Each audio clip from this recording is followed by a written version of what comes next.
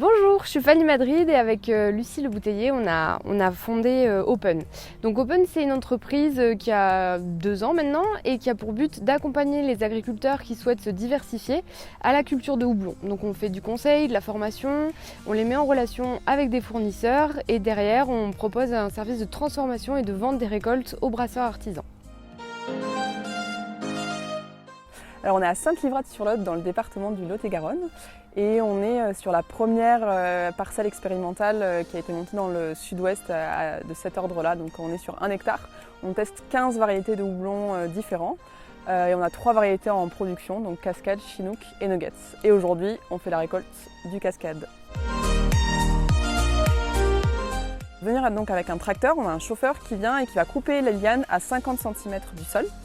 La liane va être coincée dans ce bras déporté sur le côté du tracteur et le tracteur va continuer d'avancer, donc on va avoir un point de rupture en haut de la ficelle.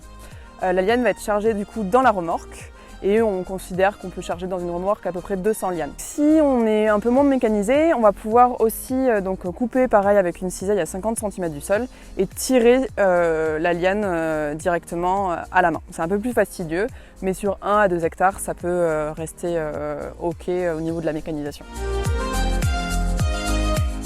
Les lianes vont être amenées dans un hangar, dans un lieu fixe.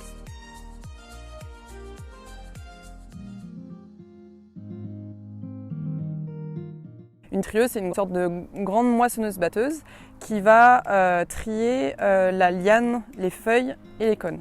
On met du coup chaque liane dans cette machine-là, à la main, donc on a 1 ou 2 opérateurs en amont de la machine. La liane va ensuite se retrouver du coup dans la machine et des peignes vont trier les fleurs et les feuilles. Et ensuite, on va avoir des jeux de tapis roulants et de souffleries. Les cônes vont donc rouler sur les tapis et les feuilles vont se retrouver à l'arrière de la machine, dans le broyeur. Donc ainsi, à la fin, en sortie de la machine, on va retrouver uniquement le cône qui va pouvoir être amené au séchoir.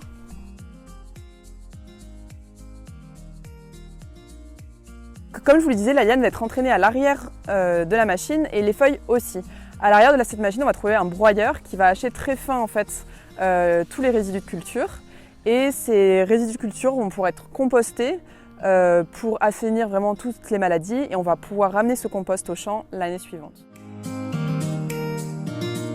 Là, on est sur un modèle de trieuse allemand. C'est une machine fixe. Il existe des machines de plus petit dimensionnement et mobiles. C'est vrai qu'aujourd'hui, elles n'ont pas forcément prouvé leur efficacité en termes de tri et de rendement, c'est-à-dire en nombre de lianes à l'heure. Donc pour l'instant, on travaille principalement avec ce type de machine-là. Un séchoir, comment ça fonctionne? En fait, vous avez un brûleur qui va envoyer de l'air chaud et une zone où vous allez disposer votre houblon.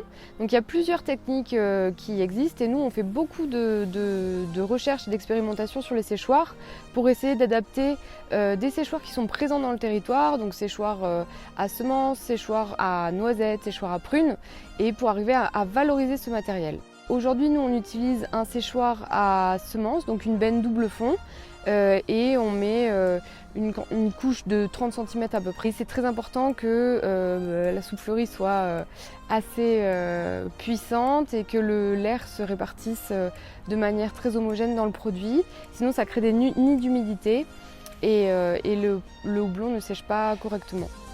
Une fois que le houblon est trié, on va prendre ce houblon qui est frais, qui a donc à peu près 76% d'humidité, et on va le sécher pendant environ entre 7 à 10 heures et à 55 degrés ou en tout cas un petit peu en dessous.